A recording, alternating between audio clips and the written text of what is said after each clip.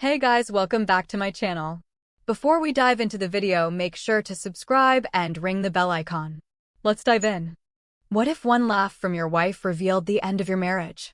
I'll never forget the way she laughed that night. We were sitting on opposite sides of the bed in our home in Boise, Idaho. Me scrolling through emails, her watching TikToks. When I finally broke the silence, "It's been a month, Lauren," I said quietly. "We're married. We should at least be trying to reconnect. How long do you stay before disrespect becomes unbearable?" She looked up, smirked, and then laughed. A short, cruel laugh that cut deeper than any argument ever could. "You're not sleeping with me," she said mockingly, like it was a joke. "Not until I feel like it. Deal with it." My stomach twisted. This wasn't the first time she had brushed me off. But tonight felt different. There was no explanation, no hint of apology, just dismissal. Like my needs didn't matter. I didn't fight back that night. I lay awake, staring at the ceiling while she snored softly beside me. A gulf of silence between us. The next morning, I tried again to talk to her, to understand what was going on. "Lauren, this isn't just about sex," I said. "It's about us, about closeness, about being a team." But she just rolled her eyes. "You're so dramatic. Not everything is about you." That day, something inside me shifted. For weeks, I had blamed myself. Maybe I wasn't being patient enough. Maybe I wasn't attractive enough. Maybe I wasn't doing enough to make her feel wanted.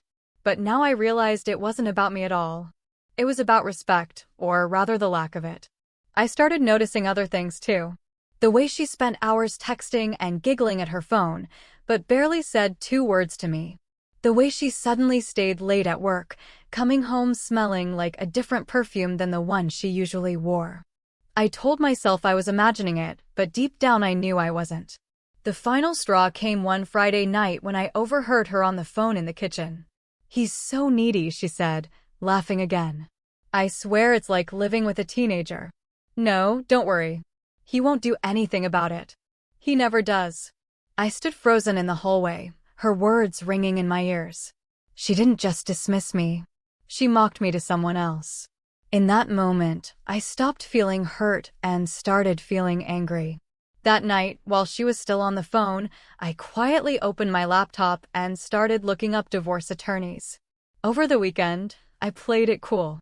I smiled, made coffee, acted like nothing had changed. But inside, I was done. My gut told me there was more going on, and I wasn't going to ignore it any longer. On Sunday, Lauren said she was meeting a friend for brunch. I watched her get dressed. Full makeup, new dress, heels she hadn't worn since our wedding reception 2 years ago. My stomach tightened, but I just nodded and said, "Have fun." The moment she left, I followed. I stayed far enough behind that she wouldn't notice me, but close enough to watch her walk into a quiet cafe in Meridian, Idaho, and right into the arms of a man I'd never seen before. He hugged her like someone who wasn't just a friend.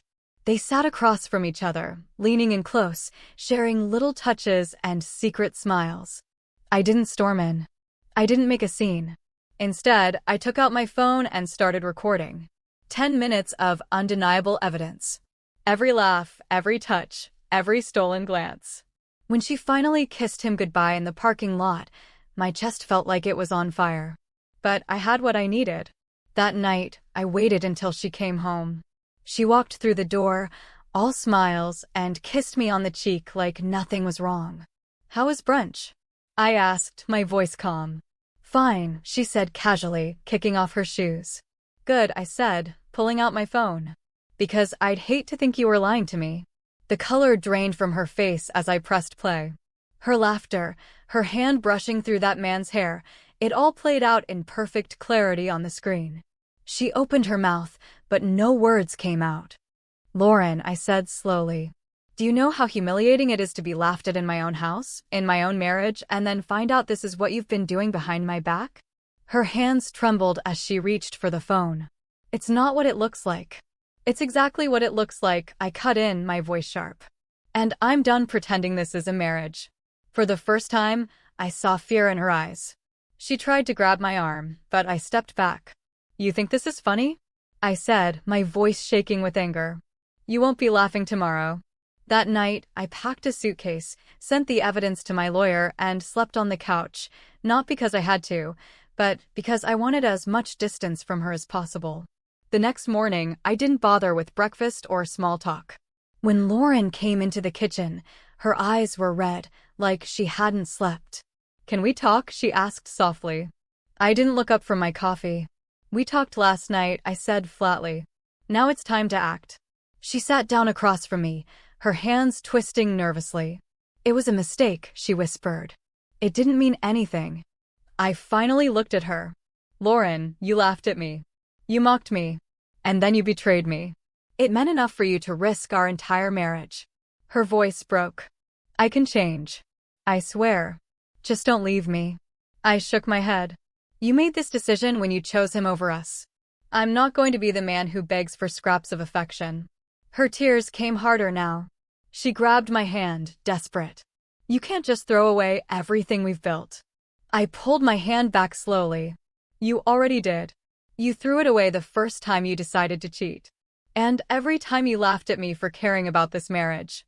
The room went quiet except for her sobs. I stood, picked up the divorce papers I'd printed that morning, and placed them on the table. "I want a divorce," I said, my voice steady. Her face crumpled completely. "Please don't do this," she cried. But I didn't flinch. "I deserve a wife who respects me," I said. "You deserve the man you've been sneaking around with. Go be with him." I left the house that afternoon, my suitcase in the trunk and my future wide open. As I drove away, I felt something I hadn't felt in months. Peace. A week later, she texted me. "I made a mistake. Please come home." I didn't reply. I'd already signed the papers and scheduled the court date. When we stood before the judge, she wept silently, but I didn't shed a single tear. For the first time, I felt like I had taken my life back. As I walked out of the courthouse, I realized something. Sometimes, the most powerful thing you can do isn't to scream or fight or beg. It's to walk away with your dignity intact.